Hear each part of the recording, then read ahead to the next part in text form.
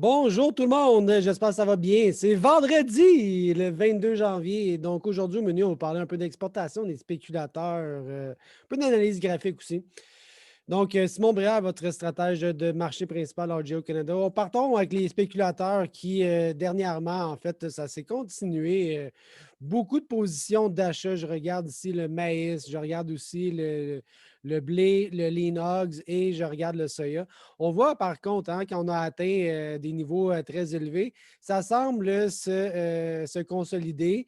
Ce qui me fait peur là-dedans, c'est qu'à un moment donné, quand tout le monde va vouloir peser sur le piton, ben, la position des spéculateurs pourrait revenir un petit peu plus neutre, je vous dirais. Dans le soya, on l'a vu, hein, graduellement, ça commence à vouloir descendre un petit peu.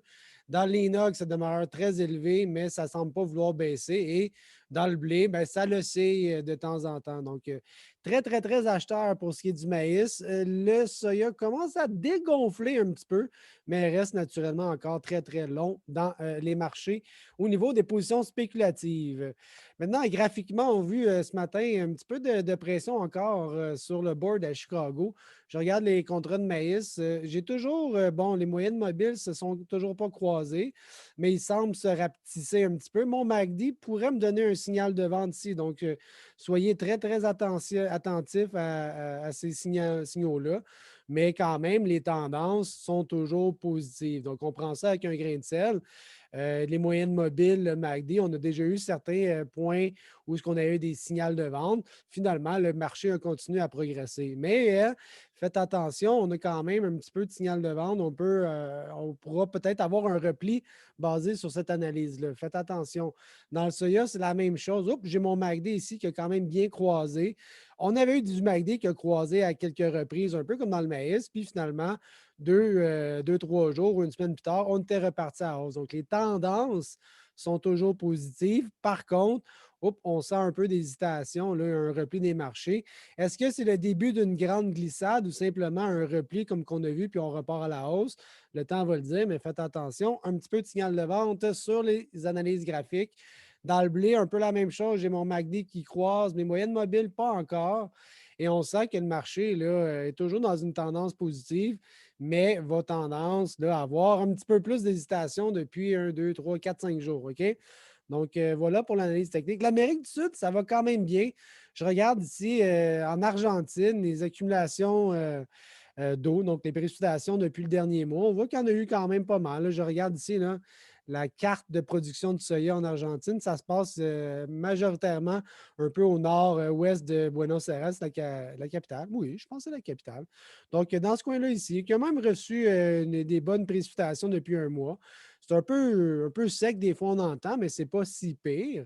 Au Brésil, même chose, il y a eu des précipitations un peu plus faibles qu'à l'habitude.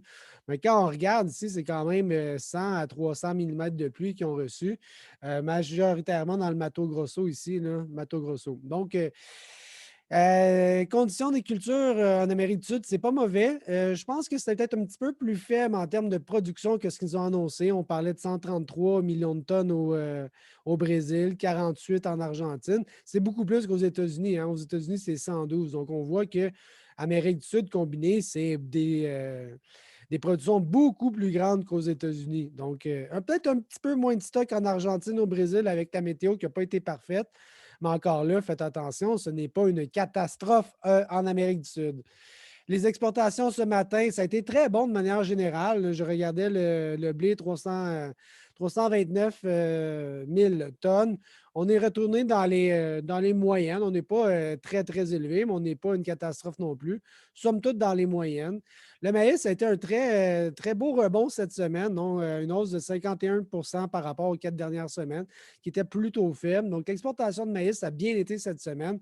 Soya, wow, phénoménal les exportations de soya. 1,8 million de tonnes, c'est beaucoup, beaucoup de stock. Et je regarde aussi, c'est le plus gros acheteur a été la Chine. Donc, la Chine achète encore beaucoup de stock américain. Donc, très bonnes exportations de soya. Et dans le porc, ben là aussi, c'est une très bonne exportation de porc américain, 45 000 tonnes pour le début d'année 2021. Alors voilà, je vous souhaite une bonne journée. On va regarder qu'est-ce que la bourse va nous donner aujourd'hui. Bye.